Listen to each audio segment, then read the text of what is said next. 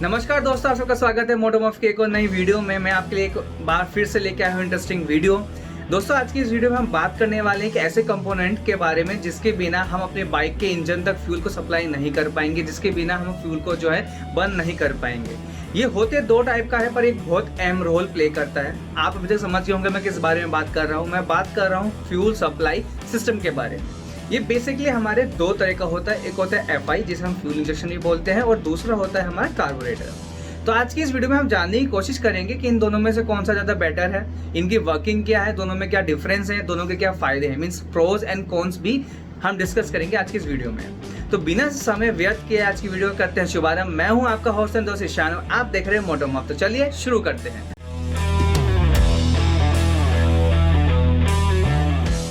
दोस्तों, वीडियो में आगे बढ़ने से पहले हम ये जान लेते हैं कि जो फ्यूल सप्लाई सिस्टम है इसका काम क्या है और ये करता क्या है। तो इसका बहुत सिंपल सा काम है। इसका सिंपल काम ये है कि ये जो हमारा फ्यूल और एयर का मिक्सचर होता है उसको सप्लाई करता है इंजन तक। अब जैसे कि मैंने आपको पहले बताया, हमारे दो तरह के फ्यूल सप्लाई सिस्टम होते हैं। एक होता है हमारा एफआई और दूसरा होता है हमारा कार्बोरेटर। तो काम दोनों का एक ही है, दोनों को सप्लाई करना फ्यूल है, बट दोनों का तरीका अलग है। तो सबसे पहले हम बात कर लेते हैं कार्बोरेटर की। दोस्तों, आपने कभी ना कभी कार्बोरेटर जरूर देखा होगा। कार्बोरेटर एक तरह की पूरी डब्बी होती है जिसमें एक तरफ से हमारी एयर सप्लाई की जाती है और दूसरी तरफ से हमारी फ्यूल सप्लाई की जाती है, और दोनों का एक मिक्सचर रेडी हो जाता है, तैयार हो जाता है। जब भी हम एक्सीलरेटर को ऑपरेट करते हैं तो उस टाइम पे जो मिक्सचर हमारा रेडी हुआ है कार्बोरेटर के अंदर, उसको सप्लाई कर दिया जाता है इंजन तक। अब ये होता कैसे है? तो जो हमारा कार्बोरेटर है उसके अंदर हमारा एक वॉल्व होता है जो कि हमारे एक्सीलरेटिंग वायर से कनेक्टेड होता है। तो जैसे जैसे हम एक्सीलरेटर को घुमाते हैं, इसको और आसान तरीके से आप ऐसे समझ सकते हैं। आप मान के चलिए आपके पास एक पानी का बोतल है जिसके नीचे आपने एक टेप लगाई हुई है। तो जितना ज़्यादा आप टेप को खोलेंगे उतना ज़्यादा आपका पानी जो है बोतल में निकलेगा, और कितना कम आप टेप को खोलेंगे उतना ही कम आपका जो है पानी का सप्लाई होगा। इसी तरीके से हमारा कार्बोरेटर भी वर्क करता है। इसका मेन डिसएडवांटेज ये है कि जब मान के चलिए आपके जो इंजन है उसकी रिक्वायरमेंट है 2 ml, मीन्स 2 ml की उसकी रिक्वायरमेंट है मिक्सचर की वर्क करने के लिए। उस टाइम पे आपका जो है कार्बोरेटर के अंदर लिमिट सेट होती है कि अगर वॉल्व इतना ओपन है तो इतना क्वांटिटी जाएगा। तो उस टाइम पे मान के चलिए कि 5 ml जो हमारा मिक्सचर है वो इंजन तक पहुंच रहा है। वहाँ पे होगा क्या, हमें चाहिए थी कम अमाउंट मिक्सचर की, पर मिल रही है तो ज़्यादा, तो बर्निंग भी ज़्यादा होगी, जिसकी वजह से वेस्टेज ऑफ पावर भी हो जाएगा एंड जो हमारा माइलेज है वो भी कम मिलेगा और पोल्यूशन लेवल भी हमारे बढ़ जाएंगे। तो दोस्तों, इससे ये पता चलता है कि जो हमारा कार्बोरेटर है एक मैनुअल कंपोनेंट है, एंड उसमें आपने नोटिस किया होगा कि कार्बोरेटर के साइड में एक स्क्रू होता है। अब उस स्क्रू का फंक्शन ये होता है कि जो हमारा मिक्सचर की क्वांटिटी है वो कितनी सप्लाई होनी है उसको हम वहाँ से एडजस्ट कर सकते हैं, पर ये हमें मैनुअली एडजस्ट करना पड़ता है, राइट। दोस्तों, जैसे कि हमने अभी डिस्कस किया, जो हमारा कार्बोरेटर है उसमें मेन दिक्कत ये आती है कि वो इतना स्मार्ट नहीं है कि इंजन की रिक्वायरमेंट को समझ पाए। मीन्स कि कब कितना अमाउंट मिक्सचर उसे सेंड करना है इंजन तक, वो इतना जज कर पाए, वो इतना स्मार्ट नहीं होता है। तो इस चीज़ को एलिमिनेट करने के लिए, इस चीज़ को ओवरकम करने के लिए एक स्मार्ट टेक्नोलॉजी का इंट्रोडक्शन किया गया जिसे हम एफआई बोलते हैं, फ्यूल इंजेक्शन सिस्टम, या इसको हम EFI भी बोलते हैं, इलेक्ट्रॉनिक फ्यूल इंजेक्शन सिस्टम। अब ये वर्क क्या करता है और कैसे करता है, इसे आप ऐसा समझ सकते हैं, ये एक तरह का हमारा स्प्रे होता है जो कि हमारा छिड़काव करता है फ्यूल और एयर के मिक्सचर को इंजन के अंदर, depending on the engine requirement, right. तो अब ये वर्क कैसे करता है? हमारी बाइक में बहुत सारे सेंसर्स लगे हुए होते हैं, और ये जो सेंसर्स हैं ये हमारे इंजन के अंदर भी लगे हुए होते हैं, जो कि ये डिटेक्ट करते हैं कि अब इंजन को कितनी पावर प्रोड्यूस करनी है या उसे कितना सप्लाई चाहिए एयर और फ्यूल के मिक्सचर की। ये सारा जो डाटा है हमारा ECU के पास सेंड किया जाता है, जिसे हम इलेक्ट्रॉनिक कंट्रोल यूनिट या इलेक्ट्रॉनिक कंप्यूटराइज्ड यूनिट भी बोलते हैं। वो पूरी बाइक को कंट्रोल करता है, एफआई को भी कंट्रोल करता है। तो ये जो डाटा है जो कि हमने सेंड किया था ECU के पास, तो ECU उस पूरे डाटा को एनालाइज करता है एंड कमांड देता है एफआई को कि भाई अभी ज़्यादा रिक्वायरमेंट है तो आप ज़्यादा सप्लाई करो, और अभी जो है कम रिक्वायरमेंट है तो आप कम जो है सप्लाई करो, राइट। तो इसमें होगा क्या, अगर आपके इंजन की रिक्वायरमेंट है 2 ml की, तो वो 2 ml ही आपका इंजन को सप्लाई करेगा। तो यहाँ पे आपका जो है फ्यूल बच रहा है, एयर पोल्यूशन भी कम होगा। जो हमारा लैग आ रहा था कार्बोरेटर में पावर के अंदर, वो यहाँ पे लैग जो है एलिमिनेट हो जाता है। यहाँ पे जो है किसी भी किस्म का हमारा लैग नहीं होता है पावर आउटपुट में या पावर प्रोड्यूस करने में। तो दोस्तों, अभी हमने जो है जान लिया है कि एफआई कैसे वर्क करता है, कार्बोरेटर कैसे वर्क करता है, दोनों में डिफरेंस क्या है, दोनों का काम क्या है, दोनों की वर्किंग क्या है। तो अभी ये जान लेते हैं कि इसमें प्रोस किस में है और कॉन्स किस में है। हिंदी में बात करें तो फायदा किस में है और नुकसान किस में है। तो इसमें हम क्या करेंगे, कुछ पॉइंट्स के ऊपर डिस्कस करेंगे एंड उस फील्ड में जो भी विजेता हो उसको हम एक पॉइंट देते हुए चले जाएंगे एंड एंड में कैलकुलेट करेंगे कि किसको कितने पॉइंट मिले, तो उससे एक हमें आइडिया लग जाएगा कि कौन सा हमारे लिए ज़्यादा बेनिफिशियल है।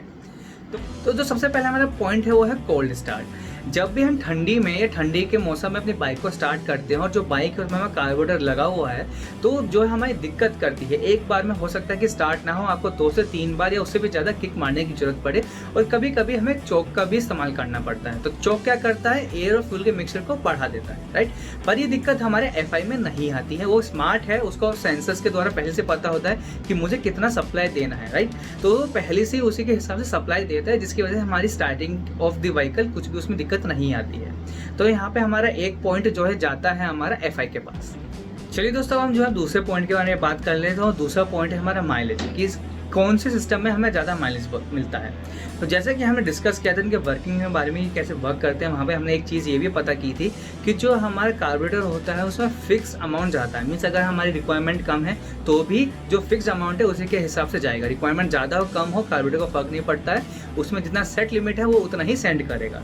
पर FI में ऐसा नहीं होता है, अगर आपको कम रिक्वायरमेंट है तो कम फ्यूल देगा, और आपको ज़्यादा ज़रूरत है तो ज़्यादा देगा। तो इसमें क्या होता है कि हमारे FI में हमें माइलेज ज़्यादा मिल जाता है, क्योंकि कम जब हमें कम रिक्वायरमेंट थी तो वो कम सप्लाई कर रहा था, जिसकी वजह से जो हमारा माइलेज होता है या एवरेज होता है व्हीकल का वो बढ़ जाता है और ज़्यादा देखने के लिए मिलता है। तो यहाँ पे हमारा FI को भी दूसरा पॉइंट जाता है, FI को भी दूसरा पॉइंट मिलता है। चलिए दोस्तों, अब जो है हम अपने तीसरे पॉइंट के बारे में बात कर लेते हैं। जो तीसरा पॉइंट है वो है पावर डिलीवरी के बारे में। तो जैसे कि मैंने आपको बताया था कि जो हमारा कार्बोरेटर वाले सिस्टम में होता है उसमें थोड़ा सा लैग हमें देखने के लिए मिलता है, क्योंकि वहाँ पे जो हमारा एयर और फ्यूल का सप्लाई है वो किसी भी सिस्टम के द्वारा नहीं हो रहा है, वो नेचुरल फ्लो में हो रहा है। तो वहाँ पे जो सप्लाई हो रही है उसमें कभी कभी डिले हो जाता है और हमें थोड़ा सा लैग देखने के लिए मिल जाता है। बट जब भी हम सिटी रन कर रहे होते हैं या जो भी हमारी छोटी बाइक्स होती है उसमें ये लैग हमें जो है नोटिस करने के लिए नहीं होता है। बहुत छोटा लैग होता है तो हम इसको जो है नोटिस नहीं कर पाते हैं। पर अगर हम रेसिंग बाइक्स के बारे में बात करें, टूरिंग बाइक्स के बारे में बात करें, वहाँ पे ये लैग देखने के लिए मिलता है। पर अगर हम FI के बारे में बात करते हैं तो FI जो है, जैसे कि मैंने पहले ही बताया, वो पूरा स्मार्ट सिस्टम है, तो वहाँ पे कोई भी आपको लैग देखने के लिए नहीं मिलता है। वहाँ पे ऑन टाइम आपकी फ्यूल और एयर की सप्लाई हो जाती है, इसलिए वहाँ पे कोई भी लैग नहीं होता है, जिसकी वजह से हमें जो पावर आउटपुट मिल रहा है, जो पावर डिलीवरी हो रही है, वो भी एग्जैक्ट हो जाती है। तो जो हमारा तीसरा पॉइंट है वो भी हमारे FI सिस्टम को मिलता है। चलिए दोस्तों, हम जो है बात कर लेते हैं अपने फोर्थ पॉइंट के बारे में, और जो हमारा फोर्थ पॉइंट है वो प्राइस के मामले में जो हमारा FI सिस्टम है वो ज़्यादा महंगा है, ज़्यादा कॉस्टली होता है हमारा कार्बोरेटर के मुकाबले। वो इसलिए होता है कि जो हमारा FI है वो पूरा किट आती है, जिसमें हमारे बहुत सारे सेंसर्स होते हैं, बहुत सारी अलग किस्म की चीज़ें होती हैं। एंड जो कार्बोरेटर होता है उसमें कोई भी हमारा सेंसर्स नहीं होते हैं, सिंपल एक डिब्बी आती है। एंड अगर हमारा कभी भी FI सिस्टम ख़राब हो जाता है तो मैक्सिमम चांस है, मीन्स 80 to 90% चांस है कि पूरी किट हमें रिप्लेस करनी पड़ेगी, जो कि काफ़ी कॉस्टली आती है। बट अगर हम कार्बोरेटर की बात करते हैं तो वो छोटे छोटे पार्ट से मिलकर बना हुआ होता है, तो वहाँ पे पूरा कार्बोरेटर रिप्लेस करने की हमें या ठीक करने की जरूरत नहीं होती है। जो पार्ट ख़राब हुआ है खाली उसको रिप्लेस कर दो या उसको ठीक कर दो, जिसकी वजह से उसकी जो कॉस्ट है वो अपने आप कम हो जाती है। तो यहाँ पे जो है हमारा एक पॉइंट दिया जाता है कार्बोरेटर को। तो चलिए दोस्तों, अब जो है अपने फिफ्थ पॉइंट के बारे में बात कर लेते हैं, वो है हमारी कॉम्प्लेक्सिटी, या कौन सा सिस्टम कितना ज़्यादा कॉम्प्लेक्स है। अगर हम कॉम्प्लेक्सिटी के बारे में बात कर रहे हैं तो हमारा जो FI है वो काफ़ी कॉम्प्लेक्स सिस्टम है, वो हर किसी के बस की बात नहीं है कि उस चीज़ को समझ पाए। तो जितना ऐसा हो सकता है कि मान के चल लीजिए कि आप जो है किसी लॉन्ग राइड पे गए हैं, आप कहीं पे घूमने गए हैं, वहाँ पे आपका जो बाइक का कार्बोरेटर है, जो FI है वो ख़राब हो गया, राइट। अगर वहाँ पे आपके बाइक में FI लगा हुआ है तो ज़रूरी नहीं है कि जो लोकल मैकेनिक है उसको जो ठीक कर पाए, क्योंकि FI हर कोई ठीक नहीं कर पाता है, हर कोई मैकेनिक उसको जो छेड़ना नहीं चाहता है। पर जो कार्बोरेटर है वो बहुत सिंपल होता है, बहुत आसान सा छोटा सा पीस होता है जिसको कोई भी खोल के ठीक कर सकता है। तो यहाँ पे अगेन जो हमारे एक पॉइंट है वो कार्बोरेटर को मिलता है। चलिए दोस्तों, हम जो है अपने अगले पॉइंट के बारे में बात कर लेते हैं। जो अगला पॉइंट हमारा ये है कि दोनों सिस्टम में से कौन सा ज़्यादा इको फ्रेंडली है, या दोनों सिस्टम में से कौन सा कम हमारा पोल्यूशन करता है। तो यहाँ पे क्या है कि हमारा जो FI है उसमें कम पोल्यूशन होता है, क्योंकि वहाँ पे इंजन की रिक्वायरमेंट के हिसाब से कम या ज़्यादा फ्यूल को जलाया जाता है। बट हमारा जो कार्बोरेटर है उसमें एक सीमित जो पहले से सेट लिमिट है उसके हिसाब से जो है हमारे फ्यूल को जलाया जाता है। तो यहाँ पे अगेन जो हमारा एक पॉइंट है वो हमारा FI को मिलते हुए है। तो दोस्तों यहाँ पे जो हमारा एफआई सिस्टम है उसको टोटल 4 पॉइंट मिलते हैं और जो हमारा कार्बोरेटर सिस्टम है उसको टोटल 2 पॉइंट मिलते हैं। तो यहाँ पे क्लियर जो हमारा विनर है वो हमारा एफआई सिस्टम है। तो इससे ये पता चलता है कि जो हमारा एफआई सिस्टम है वो ज़्यादा बेटर है, वो ज़्यादा हमारा अच्छा है एज़ कम्पेयर टू कार्बोरेटर। तो अगर आपको कहीं पे भी व्हीकल में एक ऑप्शन मिल रहा है कि आप एफआई की तरफ जा सकते हैं, तो मैं यही रिकमेंड करूँगा कि जिस व्हीकल में एफआई है आप वही व्हीकल खरीदने की कोशिश कीजिए। एंड अब जैसा कि आपको पता है कि BS6 का हमारा जनरेशन शुरू हो गया है, तो मोस्ट ऑफ कंपनी जो एफआई सिस्टम है उसकी तरफ जा रहे हैं, बिकॉज यहाँ पे पोल्यूशन भी कम है और यहाँ पे माइलेज भी आपको ज़्यादा मिल रहा है। मैं ये आशा करता हूँ कि आज की वीडियो आपको अच्छी लगी हो। जो हमने कंपैरिजन किया था एफआई और कार्बोरेटर का, आपको ये पसंद आया होगा। आपके जितने भी डाउट्स हैं एफआई और कार्बोरेटर को लेकर वो सारे क्लियर हो गए होंगे। अगर आपको वीडियो अच्छी लगी हो तो आप अपना प्यार जरूर दिखाएं, लाइक शेयर एंड कमेंट कर। मैं था आपका होस्ट एंड दोस्त शानू, आप देखे थे मोटो मफ। तो आज की वीडियो में बस इतना ही। आपसे मुलाकात होगी अगली वीडियो में।